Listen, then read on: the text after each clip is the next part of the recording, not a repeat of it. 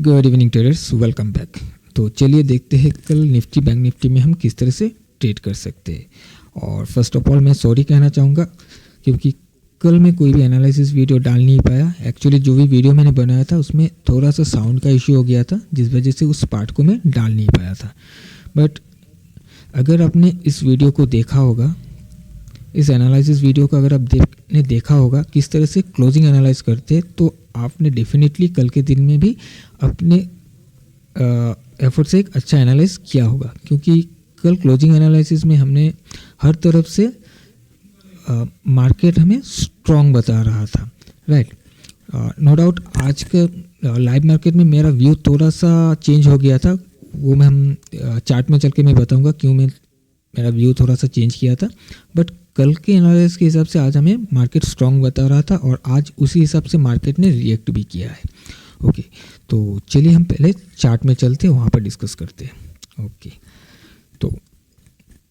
सो यहाँ पर एक लाइन था जो कि मैंने डिलीट करके रखा हुआ है। सबसे पहले मैं उस लाइन को एक बार प्लॉट कर देता हूँ ताकि आपको थोड़ा सा आसानी हो।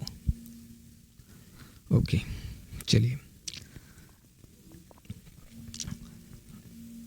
ओके, यहाँ पर देखिएगा, मैं आपको एक रेंज बताया था 17,573 से लेकर 529, एक रेजिस्टेंस जोन था, राइट। तो लास्ट ट्रेडिंग सेशन में हमने देखा कि इसके अंदर इसने क्लोजिंग दिया था। और आज का अगर ओपनिंग को आप देखोगे, आज का ओपनिंग कुछ इस रेंज के अंदर हुआ था, रेंज बाउंड ओपन हुआ था और ओपन होते ही इसने अपना इस सपोर्ट लेवल को ब्रेक कर दिया। और ब्रेक करने के बाद फिर आप यहाँ पर थोड़ा सा रिएक्शन को, प्राइस के बिहेवियर को आप देखो। यहाँ पर प्राइस ऊपर जाने की कोशिश कर रहा था बट बार बार ऊपर से रिजेक्शन हमें नज़र आ रहा था। और फिर इस कैंडल ने ये जो भी एक बेस बना रहा था इसको ब्रेक कर दिया। साथ ही अगर आप देखोगे यहाँ पर एक स्विंग हाई था जिसको ब्रेक करके गया था। यहाँ पर एक सपोर्ट भी एक बार लिया था और आज के दिन में यहाँ पर इसको ब्रेक भी कर दिया। हालांकि ब्रेक करने के बाद साथों साथ ऊपर ये रिवर्स होके घूम गया था। बट जब मैंने देखा यहाँ पर ऊपर से रिजेक्शन बार बार आ रहा है, तो मैं यहाँ पर एक सेल का प्लानिंग कर रहा था कि एक बार अपॉर्चुनिटी मिले तो मैं यहाँ पर सेल यानी कि पुट बाई कर सकता हूँ।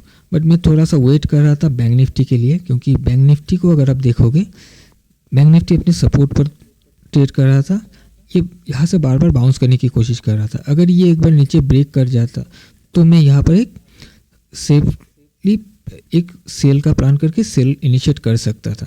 बट मैं यहाँ पर वेट करता रह गया और देखिएगा अचानक से यहाँ पर एक बहुत बड़ा मूवमेंट हमें मार्केट में दिखाई दिया। प्राइस यहाँ से घूमा, रिवर्स करके इसने अपने रेजिस्टेंस को ब्रेक करते हुए ऊपर चला गया और फिर ये ऊपर ही रहा।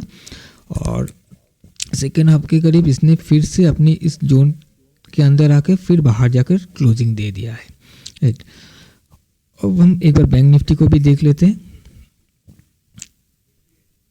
बैंक निफ्टी को भी आप देखोगे तो बैंक निफ्टी अपने सपोर्ट पर आके ट्रेड करने लगा, सपोर्ट से टकरा कर फिर ये अपना रेजिस्टेंस पर जाकर ये ट्रेड करने लगा। एक्चुअली यहाँ पर मेरा एक ट्रेड भी था, मैं आपको दिखाता हूँ।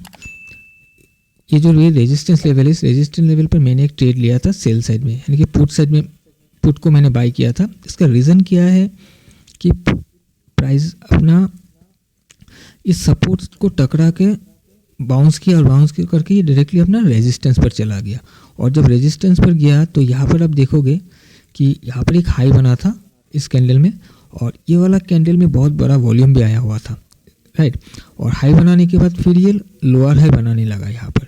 और मुझे थोड़ा सा ऐसा लगा कि यहाँ पर प्राइस लोअर हाई बना रहा है, तो हो सकता है प्राइस में थोड़ा सा यहाँ से रिट्रेसमेंट आए या वॉलेटाइल हो जाए। अगर इस तरह से भी मूव करता है तो यहाँ से प्राइस घुमा था, मतलब ब्रेकआउट करके गया था। अगर यहाँ तक आ जाता है तो मुझे 1:5 का ट्रेड यहाँ पर इजीली मिल सकता है, राइट। क्योंकि मैं यहाँ पर एक छोटा सा स्टॉप लॉस के साथ मैंने ट्रेड किया था। अच्छा, लेट मी रिफ्रेश कि छोटा सा स्टॉप लॉस मीन्स जो पॉइंट था वो छोटा सा था, क्योंकि मेरा जो रिस्क था वो हर दिन जितना मैं रिस्क लेता हूँ उतना ही रिस्क इस ट्रेड में भी मेरा था। बट पॉइंट छोटा था इसलिए ताकि मैं जो रिवॉर्ड है वो ज़्यादा से ज़्यादा गेन कर पाऊँ। बट अनफॉर्चुनेटली मेरा यहाँ पर स्टॉप लॉस हिट हो गया। अब चलिए देखते हैं हम क्या कर सकते हैं। तो सबसे पहले हम निफ्टी को देखते हैं। निफ्टी का मैं एक लेवल को डिलीट करता हूँ। ये वाला जो लेवल है इसको मैं अभी फ़िलहाल डिलीट कर देता हूँ, क्योंकि अभी इसका फ़िलहाल हमारे लिए कोई काम नहीं है, राइट। अब हमारे पास एक रेंज है 17,600 से लेकर 17,529 का, ये एक रेंज है हमारे लिए। अब देखिएगा, अगर हम इसके स्ट्रक्चर को देखें पूरा, मैं थोड़ा सा नीचे से देखने की कोशिश कर रहा हूँ कि प्राइस यहाँ से हायर हाई हाई लो बनाते हुए ऊपर गया, राइट। ये बार बार अपने हाइस को ब्रेक करते हुए ऊपर जा रहा है। अब देख सकते हो यहाँ पर हाइस को ब्रेक करते हुए ऊपर जा रहा है। और आज के दिन को अगर आप देखोगे तो पहली बार ऐसा लग रहा है 4-5 दिन के बाद, इस रैली के बाद इसने इस सपोर्ट को ब्रेक करने की कोशिश की। यानी कि प्राइस यहाँ से गया, हाई बनाया, यहाँ पर लो बनाया, फिर इसने इस हाई को ब्रेक करके नया हाई बनाया, और फिर प्राइस जब रिट्रेस किया तो इस लो को ब्रेक करके नीचे आ गया। उसके बाद घूमकर कहीं यहाँ पर क्लोजिंग दिया हुआ है। तो कुछ ऐसा लग रहा है पहली बार इसने एक बार अटेम्प्ट लिया है अपने सपोर्ट को या स्विंग लो को तोड़ने की। अब अगर कल के दिन में प्राइस को फर्दर ऊपर जाना है तो देखिएगा यहाँ पर 17,620, राइट, इस लेवल के ऊपर से ही हम बाई का प्लान कर सकते हैं, क्योंकि यहाँ पर प्राइस जाकर अगर कंफर्टेबली ट्रेड करने लगता है तो प्राइस हो सकता है थोड़ा बहुत ऊपर जाए। और ऊपर का एक रेजिस्टेंस लेवल है, मैं वो भी मार्क कर देता हूँ डेली टाइम फ्रेम पर जाकर। ओके, ये कहीं इस एरिया के आसपास हो।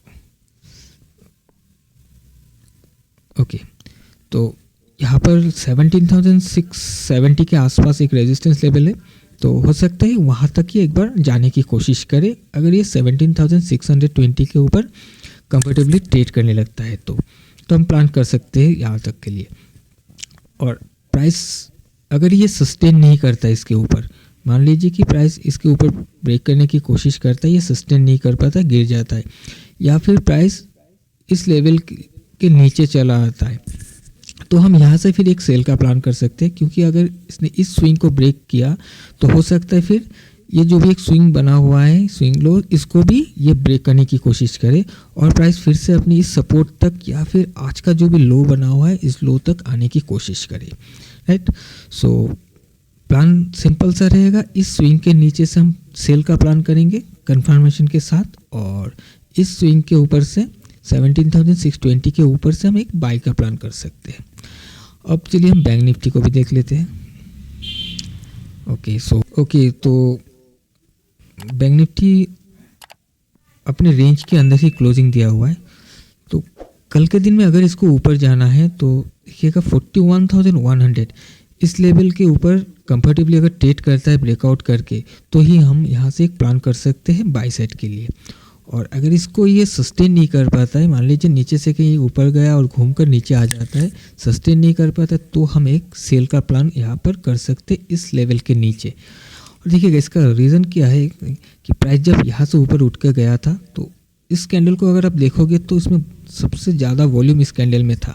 और यहाँ पर अगर आप मार्क करोगे तो आज का जो क्लोजिंग है इसके नीचे ही हुआ है, राइट। यानी कि जो भी बायर्स यहाँ पर एंट्री लिया था, कहीं ना कहीं हो सकते वो लोग ऑलरेडी यहाँ पर निकल चुके हैं।